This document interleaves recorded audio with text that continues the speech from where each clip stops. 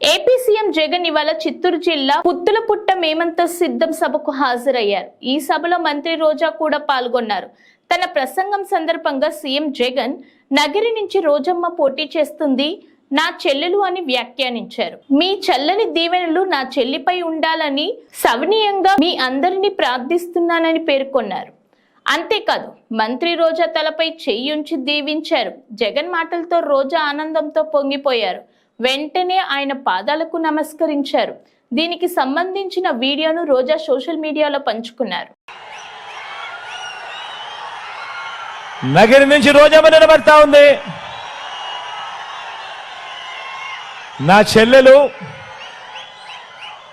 మీ చల్లని దీవెనలు ఆశీస్సులు నా చెల్లిపై ఉండవలసిందిగా సవినయంగా మీ అందరినీ ప్రార్థిస్తున్నా.